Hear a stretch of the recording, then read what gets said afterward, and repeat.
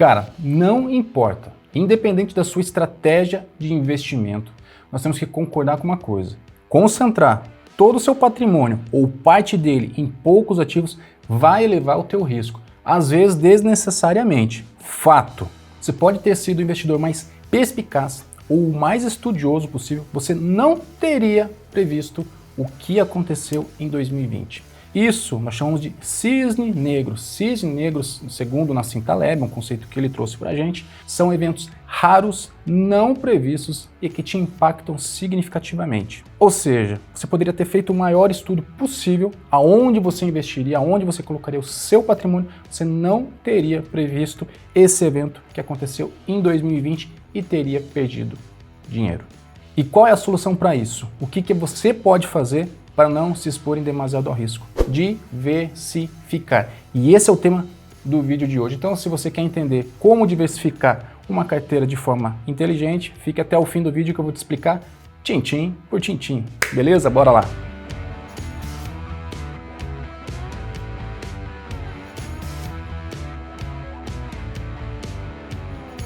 Fala, investidores, cada vez mais ricos. Se você não me conhece, eu sou o Paulo Boniati, sou criador do Saldo Zero. Já te convido, se inscreva no canal e ative o sino das notificações para não perder nenhum vídeo. Eu lanço vídeo todas as quartas às 8 horas, então ative o sino para você ser avisado quando eu postar um vídeo novo, combinado? E já te convido também, deixa aqui embaixo o seu like e compartilhe esse vídeo com todo mundo, principalmente com as pessoas que precisam entender que você pode sim investir no mercado acionário sem se expor em demasiado ao risco, combinado? Bora lá! Então vamos supor o seguinte, que você vem me acompanhando no YouTube, que você vem me acompanhando no Instagram, e se você não me segue no Instagram, vou deixar o endereço aqui embaixo, mas vamos supor que você tomou a coragem, tomou a atitude e começou a investir no mercado acionário. E que você tenha feito isso no dia 19 de fevereiro. E por que esse dia? Foi um dia antes que precedeu os derretimentos das bolsas ao redor do mundo, em fevereiro, março e assim por diante. Só que vamos supor o seguinte, que você criou essa coragem, e você decidiu, por algum motivo qualquer, investir na Gol Linhas Aéreas, Gol código GOLL4. Digamos que em 19 de fevereiro você comprou as suas ações da Gol ao custo de R$ 36,35, beleza? No dia 23 de março, as ações da Gol estavam sendo negociadas a R$ 6,93, uma queda de 80,94%. Você pensa o seguinte, se você tivesse investido R$1.000 em ações da Gol, no final desse período você teria somente R$ 190,65 em apenas um mês. E aí você pode me rebater o seguinte, mas a Gol não é um case legal porque empresas aéreas são de um setor complicado. Eu concordo, realmente a Gol é um setor complicado, assim como a Gol, a Azul e outras companhias aéreas. São empresas que estão trabalhando no prejuízo, mas enfim, é um cenário e eu te digo o seguinte, essa queda não foi diretamente por problemas operacionais diretos da empresa, mas sim problemas ocasionados pela economia que impactaram as operações da empresa. Foi um risco que nós chamamos de risco sistêmico, não é um risco que foi da empresa, mas um risco que afetou a todos. E olha o tamanho da queda. Você quer uma outra comparação? Se você tivesse feito o mesmo no mesmo período e tivesse comprado ações da ASTT, código TIET11, é uma empresa do setor elétrico. 19 de fevereiro, as suas ações estavam cotadas a R$ 15,50. No dia 23 de março, elas estavam cotadas R$ 11,30. Foi uma queda muito menor do que da Gol. Foi uma queda realmente de 27%. Se você tivesse investido R$1.000, ao final do período você teria R$ 729,03. Também foi uma queda, mas convenhamos, foi muito melhor se comparado ao cenário de quem investiu unicamente em Gol. Concorda comigo? E aí, qual é o melhor? Investir em Gol ou investir em ASTT? Nenhuma nem outra. Você não tem que escolher uma ou escolher outra. Se você estiver fazendo isso, seja com ações, seja com renda variável, com renda fixa, o que for, se você estiver concentrando seus investimentos em um único lugar, você está se expondo demasiadamente ao risco. E vamos supor que nesse cenário ainda da STT, você ainda tivesse uma parte em dólar. Então essa queda que aconteceu dessa empresa, com a alta do dólar que aconteceu no mesmo período, você teria reduzido o seu prejuízo, digamos assim. E aí entra a importância também de uma composição de carteira. Eu já falei desse vídeo, vou deixar um card aqui em cima, a gente vai falar muito desse vídeo ainda, tá? Por quê? mais do que você diversificar sua carteira de ações, você também tem que se proteger em outras classes de ativo. Não adianta você querer entrar 100% em renda variável, salvo se realmente você saiba o que está fazendo no mercado acionário, beleza?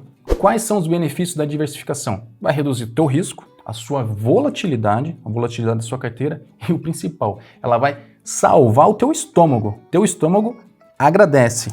Palmas para o teu estômago. E aqui agora eu vou falar, eu não vou recomendar, não estou recomendando, mas eu vou comentar para você como foi o meu início, como eu montei a minha estratégia, a minha composição de carteira e como diversifiquei as minhas ações anos atrás, quando eu tomei atitude e decidi começar a investir. Você vai ver que não tem nada de complicado. Eu vou mostrar o meu racional e depois você tira as suas conclusões e cria a sua própria estratégia. O ideal é você criar a sua estratégia, não copiar a minha, tá? A minha eu montei baseado nos meus critérios, no meu racional, você tem que ter os seus, não copie. Se você estiver copiando, você não está investindo, você está especulando, você vai estar seguindo alguém e se um dia eu resolver mudar a minha estratégia, você não vai ficar sabendo, beleza? Então como é que foi meu racional? Primeiro, na época, o que eu fiz? Eu dividi a minha carteira em classes de ativos. Eu já mostrei isso em vários vídeos, mas vamos lá, de novo. O que eu tinha? 60% eu coloquei em renda variável. Nossa, 60%? Sim, 60%. Esse foi o meu racional. 30% eu deixei em caixa, renda fixa, mas é caixa, 100% Tesouro Selic. E os outros 10% eu deixei em dólar. Tem os outros vídeos que eu explico, depois assista lá os vídeos de composição de carteira, eu demonstro como é que isso se comporta, os prós, os contras, faço inclusive comparações com outras carteiras, tá bem legal. Dentro da parte de renda variável, o que eu fiz? Eu entrei primeiramente, hoje eu tenho fundos imobiliários, tem outras classes de ativo também dentro de renda variável, mas na época eu entrei simplesmente em ações, então em renda variável tinha simplesmente ações. O que eu fiz? Eu dividi a minha pizza, digamos assim, de ações em 5 partes iguais. Todas iguais. Peguei 5 empresas e cada uma de um setor diferente, cada uma com 20% dessa composição. Por que eu fiz isso? Agora entra o meu racional e depois você tira as suas conclusões se faz sentido ou não para você, adapte e crie a sua estratégia. O primeiro ponto que na época eu pensei foi o seguinte, eu não quero menos do que 5 empresas. Por quê? No meu ponto de vista, ter menos do que 5 empresas numa carteira de ações, eu poderia estar me expondo em demasiado ao risco. O que é melhor? Dentro da minha carteira de ações, eu ter uma única empresa e essa empresa quebrar e eu perder 100% dessa parte da minha carteira, ou eu ter 5 empresas, cada uma com 20%, e uma delas quebrar e eu perder somente 20% dessa carteira de ações. É lógico que é melhor eu diversificar, concorda comigo? Então foi a minha ideia. Eu queria ter no mínimo 5 empresas. E também eu não queria ter mais do que 5 na época. Hoje eu tenho 15 empresas na minha carteira de ações, mas na época eu queria ter somente 5. Por quê? Eu ainda era iniciante, eu ainda estava estudando, então eu sabia que se eu tivesse mais do que 5, possivelmente, posteriormente, futuramente, e é o que aconteceu, eu acabaria colocando mais empresas no meu portfólio de ações. E aconteceu isso, hoje eu tenho 15 empresas. Então na época o que eu fiz? Eu peguei 5 empresas, selecionei 5 empresas que eu gostaria de ter na minha carteira e com o tempo eu fui adicionando outras empresas que também faziam sentido para minha carteira. E aí, complementando o que eu já falei, eu selecionei 5 setores diferentes. E por que disso? Porque eles têm comportamentos diferentes durante os ciclos econômicos. O varejo vai se comportar de uma forma, o setor de construção vai se comportar de outra forma, o setor bancário é diferente, o setor de energia é muito menos cíclico, muito mais estável. Então eu peguei empresas de setores diferentes, porque às vezes o que pode acontecer? O presidente pode dar uma canetada e impactar o setor de energia, mas daí não impacta o setor bancário. Ou vice-versa, o Banco Central pode descer uma lei que impacta o setor bancário, mas não impacta o setor de energia e assim por diante. Ou seja, eu diversifiquei em setores distintos, beleza? Outro ponto que eu tinha muito claro na minha cabeça, eu não queria ter mais de uma empresa no mesmo setor. Pense comigo o seguinte, nesse cenário que eu dei do governo dar uma canetada no setor de energia, se eu tivesse 2 empresas no setor de energia, eu seria impactado duplamente, entendeu? Então, na minha ideia, na minha concepção é o seguinte, uma empresa de cada setor. Isso foi o início. Hoje eu tenho algumas empresas, 1, 2 do mesmo setor, mas porque fizeram sentido para mim posteriormente, mas o meu início foi isso aqui. Beleza? Mais um ponto que eu tinha definido, proporções iguais. Eu tinha definido 20% para cada uma. E por que disso? Eu ainda não tinha conhecimento. Para mim era difícil ainda dizer que a empresa A tinha mais risco que a empresa B, que tinha mais risco que a empresa C.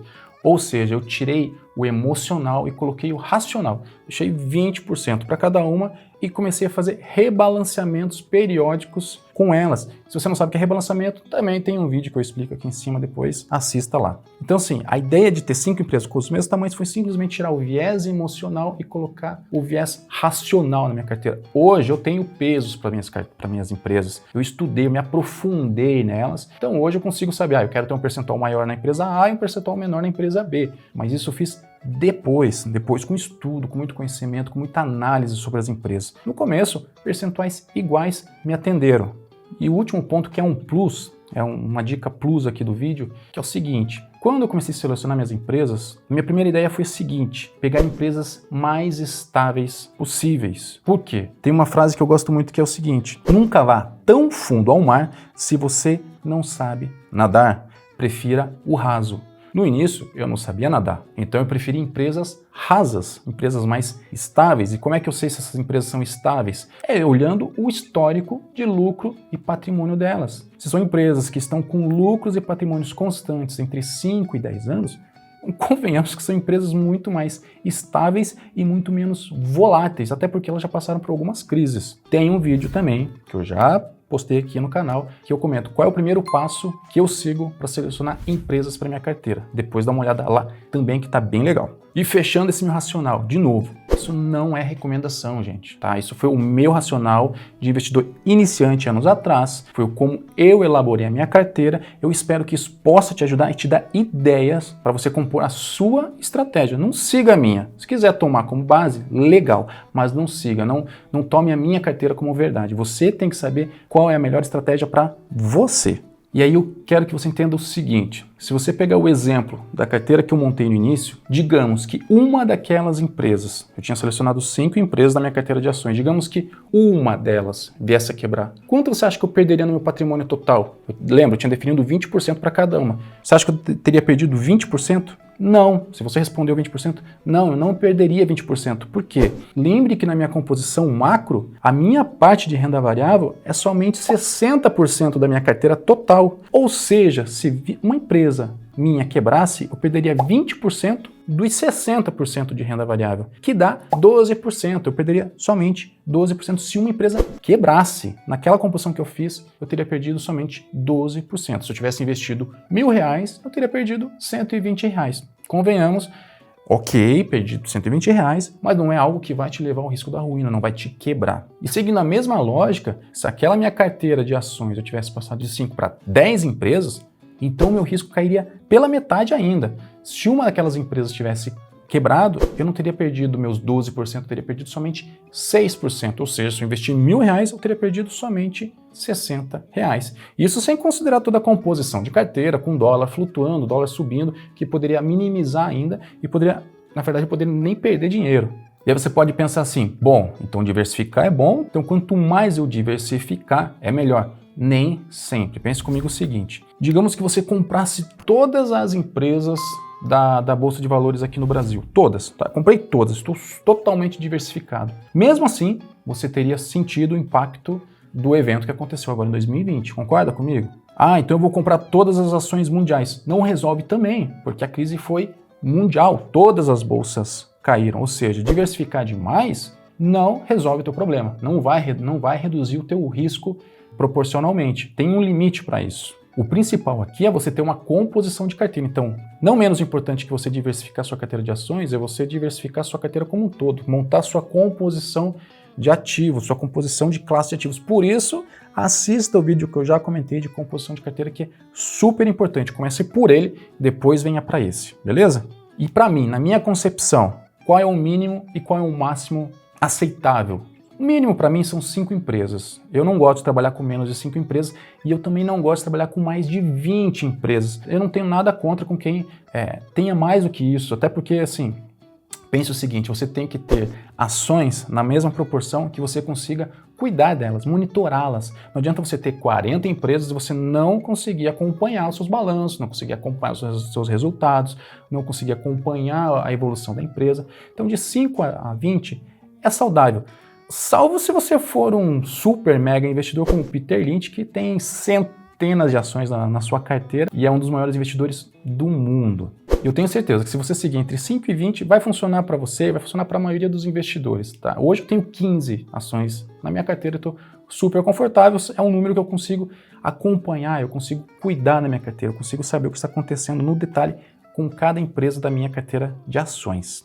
Um outro problema de diversificar muito é o problema da corretagem. Se você estiver utilizando uma corretora que cobre corretagem, digamos R$5. Se você comprar ações de uma empresa, você vai pagar R$5. Se você comprar ações de 10 empresas, você já vai estar pagando R$50. Ou seja, quanto maior a tua carteira, se você tiver numa corretora que cobre corretagem, maior vai ser o seu custo e menor será a sua rentabilidade. Para isso também tem um vídeo aqui em cima que eu vou deixar que te explica como escolher a melhor corretora para o seu cenário.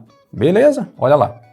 E aí, fechando esse vídeo, o que eu quero que fique claro para você é o seguinte: diversificação não elimina risco, ela minimiza, ela reduz risco, ela reduz volatilidade, vai salvar o teu estômago, vai manter a sua sanidade e mantendo a sua sanidade, vai manter a sua tranquilidade, principalmente nos momentos de estresse de mercado, beleza? Então, diversifique, tá?